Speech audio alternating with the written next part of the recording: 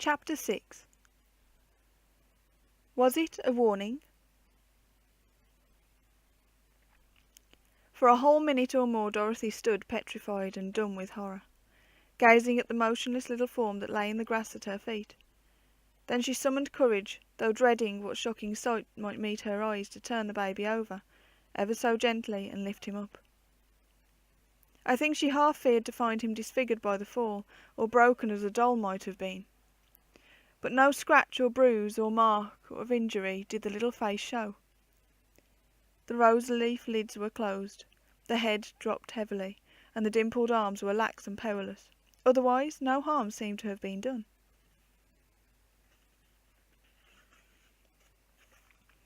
Was he dead? This was Dottie's first terrible fear, and her impulse was to carry him back to the house as fast as she could go. Then she remembered her own fainting fit on that never-to-be-forgotten day after her fright and fall in the road. Perhaps baby was only fainting, and oh, the horror of having to take him to Mrs. Hopkins, all white and still, and confess that she had let him fall, and that too in doing the very thing she had been told not. I said in the preceding chapter that if there had not been that pretty fountain in the middle of the garden, Dorothy might have been saved much sorrow and many tears. She would then almost certainly have taken baby at once to nurse, and told the whole truth. But when she thought of the fountain, there also occurred to her a possible means of escape. Laying the unconscious little form tenderly on the grass again, she ran to the stone basin and saturated her handkerchief in the cool water. Mrs. Hopkins had once brought Alice to with cold water when the latter had fainted at sight of a toad. Why should not the same means revive baby now?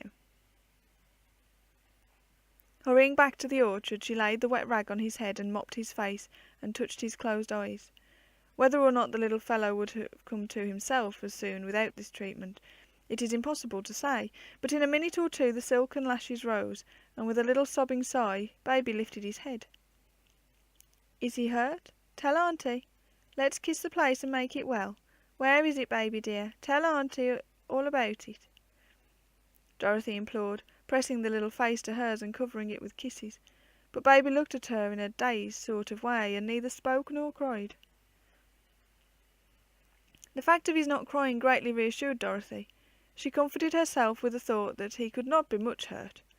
So she sat him upon the low burr of an old apple tree, singing and gently swaying until he fell asleep. Then she carried him indoors and laid him in his cot without saying a word to anybody. That same evening, as it happened, Mrs. Hopkins was telegraphed for from Stapleford to go to her sister, who was dangerously ill, and with many injunctions to both Alice and Dorothy, she packed her handbag and went. Dorothy scarcely owned even to herself that she was glad to have Mrs. Hopkins out of the way for a day or two, nor looked squarely in the face the fact that for the first time in her remembrance she was not pleased to hear Everard's key in the front door when he came home to tea. Both circumstances pointed plainly to danger. Something must be wrong. But Dotty, though she could not but know that she had wandered from the straight road, could not bear the idea of returning to it by the only open path. She thought, why need she tell about baby's fall? It could do neither him nor anyone else any good, but would assuredly cover her with well-merited disgrace. On secretly examining baby's head the next day, a bump was unmistakably discernible on one side, but neither very big nor apparently very painful. It was quite concealed from sight by his thick brown hair, and Alice, even when washing him, did not find it out. Full of remorse, Dorothy kissed the place again and again, assuring baby in whispers that Auntie didn't mean to hurt him, that she wouldn't hurt her pet lamb for all the world, and that she must never, never jump him again. And this time she kept her word. Mrs. Hopkins was only away for a few days, returning as soon as her relative was out of danger. It was she who then noticed that baby did not seem quite so strong in his legs as he had been a short time previously. He sat down more often and seemed disinclined to run. He was also rather fretful, a new thing with the sunny little man.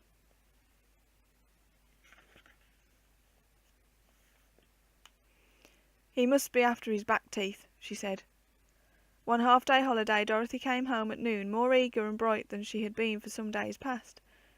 Lucy Walter's father, she said, was going to take her and her brothers to Bramble Wood to gather blackberries.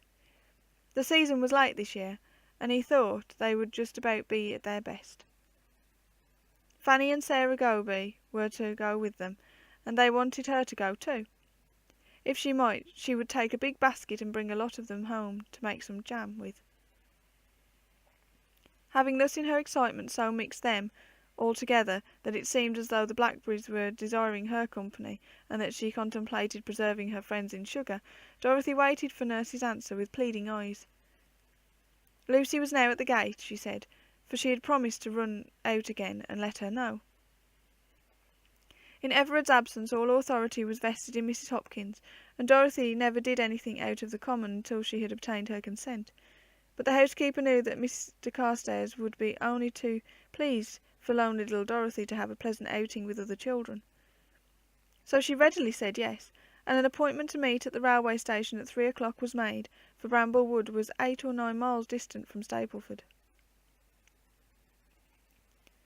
Dorothy ate her dinner in joyful haste, even denying herself a second helping of her favourite marmalade pie, lest it should make her late.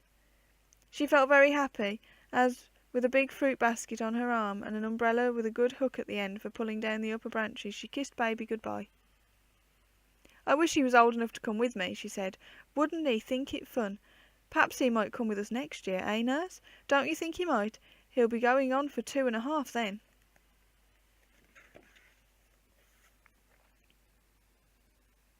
"He'll have to get on faster than he is doing just now," returned Mrs. Hopkins rather anxiously, as she scraped down baby's plate and took the spoonful of pudding into his half-open mouth.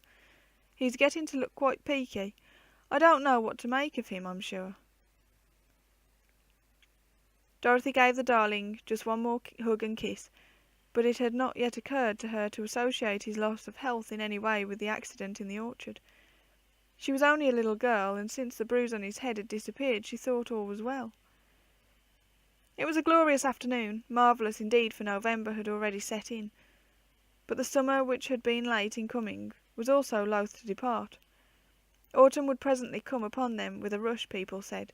Just then, however, the trees, though somewhat sparse of foliage, were regal of tint, and the liquid amber of the rich late sunshine flooded through with glory. The yellow of the sycamore with the russet beech, the flaming orange of the horse-chestnut, and the pinky brown of the ash, mingled with the yet deep green of many a sturdy oak against the purest, softest of blue skies. Underfoot the brown beech leaves, crisp and curled, thickly carpeted the woodland path, and glowed like ruddy bronze wherever a ray of sunlight crept between the trees. It was delightful to rustle one's feet through the dry, clean drifts, and look out for the gay-coloured fungi peeping between. Of this latter Mr. Walters found several curious kinds. Some were almost scarlet with white flecks, others were like inverted cups of dusky polished copper. Then there were some tiny, cone-shaped yellowish ones, on long slender stems, almost like queer sorts of flowers, and some were flat and whitey brown, like biscuits, and others reminded one of over-baked buns. It seemed strange that growth so poisonous should so singularly resemble wholesome food. Only, of course, no one except in fairyland would expect to find goodies growing ready-made out of the ground. Mr. Walters said it should be a sort of object lesson to them not to trust too much to the look of things. Tom Walters was the first to spy some blackberries, and very fine ones they were. He politely handed them round to the young ladies in the crown of his hat. Then they all sat to gathering with a good will, and to judge from the astonished "Oh, I say," and the enthusiastic "Oh, look here," which were continually bursting from their lips, each clump of bushes they came to bore larger and blacker fruit than the last. The children were all kind and good-tempered, and the only approach to anything like discord between them was when Sarah Goby said that the little pinky pigs that were rooting about among the fallen leaves for beech mast looked like babies. Dorothy quite agreed with the copybook maxim that such a comparison was distinctly odious, but as Sarah had not little brothers or sisters at home, she took that serious deprivation into account and quickly forgave her. By and by they all sat down on a fallen trunk to eat berries and rest. Then, all too soon, Mr. Walters took out his watch and said they must not sit there too long if they meant to catch the right train for home. "Oh, father," exclaimed Lucy Walters, "is it really so late? Are you quite sure your watch is not fast?" "It was exactly right by the church clock at 10 this morning," her father replied. "It is strange," he added, smiling reflectively, "that you should be mentioning the subject of watches being right here in these very woods." "Why?" asked Lucy. "Is there a story belonging to it, father? One we have never heard?" "A story? Oh, Mr. Walters, do please tell us," cried the others.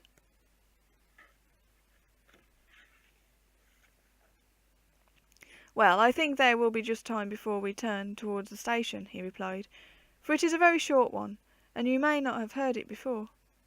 "Come, Tom, if you want to hear," called Lucy. "Father is going to tell us a tale, and I'm sure it's a new one." "When I was a boy," resumed Mr. Walters, "there was no railway between Stapleford and Bramble Wood, but folks sometimes made up blackberrying and nutting parties all the same, and a waggonette or brake was often hired for the purpose. On one of these occasions I was invited to join such a party, composed chiefly of my schoolfellows. We were going to make a day of it, and have a regular picnic, a tablecloth on the grass, with cold fruit tarts and meat pies, boil your own kettle, ants in the sugar and spiders in the tea. All in first-rate gypsying style. The start was to be at 10:30 in the morning, at which time I was to be at my friend's house. Now it happened that the evening previous to the picnic I was alone for a few minutes in my mother's room. On the drawers stood her watch stand, and a very beautiful watch that my father had recently given her for a present. There was some novel peculiarity about this watch. I forget now what it was, a new style of winding, I fancy, which I was very curious to examine. But I was only a little fellow of 9 or 10 years old, with a reputation for mischievous meddling, and watch or clock I was strictly forbidden to touch. However, curiosity and circumstances together provided on this occasion too much for me, and I lifted the fascinating little ticker out of its velvet bed to hold in my own hands. Just a minute. But I didn't hold it a minute, nor anything like. How it happened I never knew. But it slipped through my fingers, chain and all, almost as soon as I had taken it, and dropped heavily to the floor. It was still going, however, when I picked it up, and I hoped that no harm was done. I knew I ought to have at once confessed my fault and its consequence to my mother, but fearing reproof for my disobedience, I said nothing. Dorothy Carstairs was gazing at the speaker as if fascinated, with dark, dilated eyes. The story meant far more to her than any of the others guessed. I was awake before daylight on the morning of the picnic with excitement and joyous expectancy, for such an outing was a rare treat.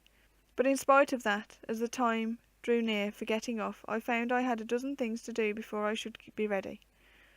"Come, Jack," my mother called. "You had better make haste. You've no time to lose." "What time is it now, mother?" I asked. 20 minutes to 10, she replied. She was in her room, and I suppose looked at her watch. I had thought it was later, she added. "Oceans of time yet," I said, and I lingered over the sharpening of my knife and the arrangements of my fishing tackle until she called again. 10 minutes past 10, Jack, and you know it's a good quarter of an hour's walk." Then I scampered, washed my face, brushed my hair, and rushed off to my friend's house in hot haste. But when I reached there I found that the party had started half an hour or more ago. "They waited as long as they could for you," the grandfather told me, "but when it got so late they made sure you were not coming." "Late?" I cried. "Why, what time did they go?" "Not till just 11:15. He answered. "Now it is more than 15:15. It was too true. My mother's watch, on which she and I depended, had lost 3/4 of an hour in the night, in consequence of the shaking it had had the day before. Had my mother known of the fall, she afterwards said, she could have been expecting irregularities, and not have taken its word so readily. So a day's pleasure was lost through not confessing promptly the fault I had committed. And under some circumstances the consequences might have been even more serious. You may depend upon it, children," concluded Mr. Walters, rising, "that next to always doing right, there is nothing like owning up bravely and getting a clean conscience again, as often as we find that we have done wrong. Now then, quick march to the station, and we shall just get out of the wood before dusk."